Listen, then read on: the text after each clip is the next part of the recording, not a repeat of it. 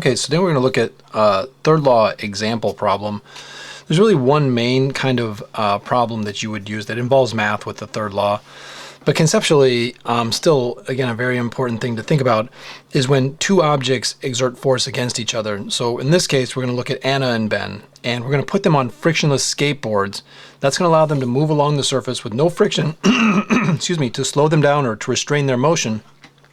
And so, as a result, if Anna pushes against Ben, or Ben pushes against Anna, or they push against each other, it doesn't really make a difference who pushes, but if one of them pushes against each other, since that is going to be the only force acting horizontally, would be the force that they exert on each other, then as a result, they're both going to experience the force, and they're both going to begin to accelerate away from each other as a result of feeling an equal but opposite force.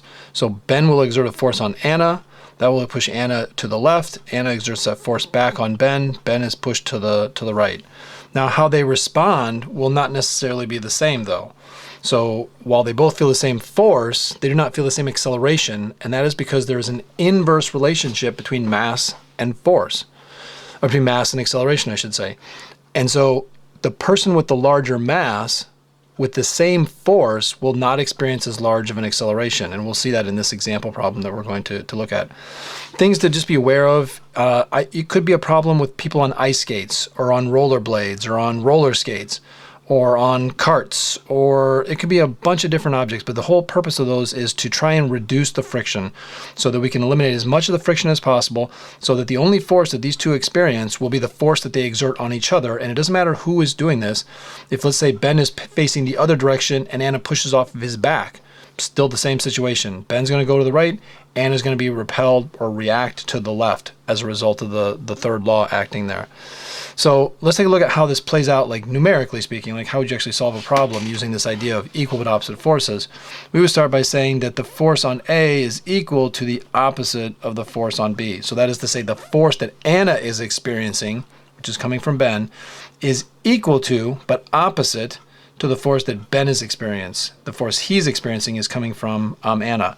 So since the formula for force is ma, this is what's going to allow us to actually solve a problem with this, because otherwise right now we don't have enough information to really do anything with this.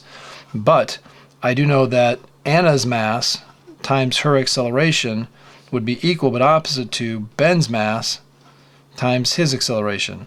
And in this problem, we are given Anna's acceleration. Anna pushes against Ben, causing her to move away at 2.2 meters per second squared. So this arrow over here represents a velocity of 2.2 meters per second squared. Her acceleration during the push. This is not after they left. After they separate from each other, they don't exert force on each other anymore, and now they're just going to move on forever with whatever speed that they gained while they were in contact. All of this acceleration, the 2.2 meters per second, occurs while Ben and Anna are physically in contact with each other, that they're pushing off of each other.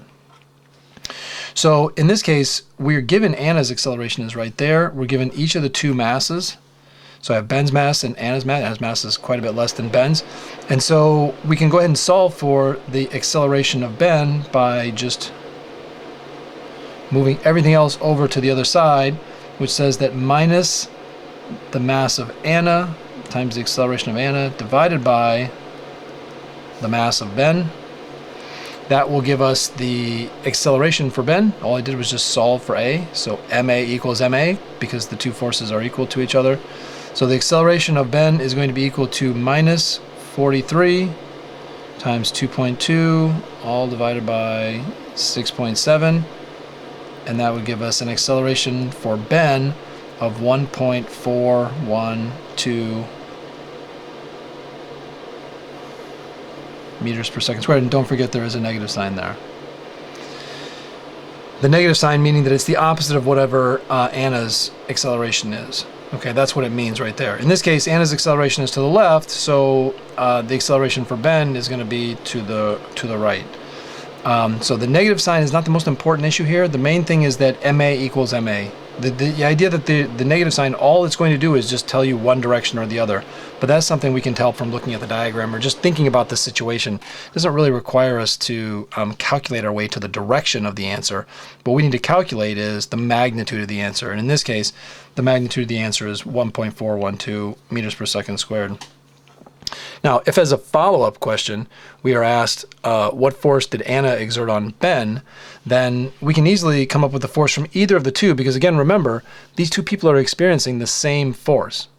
So he and she both feel the same force. So in theory, I should be able to calculate it from either one of these two.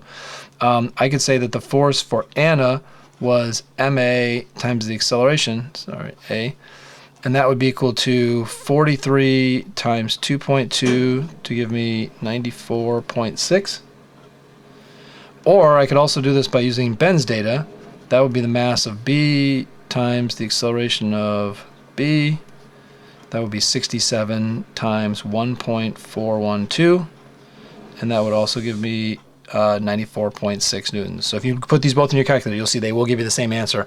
Maybe a slight difference due to rounding error, but they are giving the same value because they, of course, they experience the same force. This is the whole idea behind the third law, is that the two objects both experience the same force, but in this problem, what we're looking at is how the two objects will respond differently to each other based on their mass.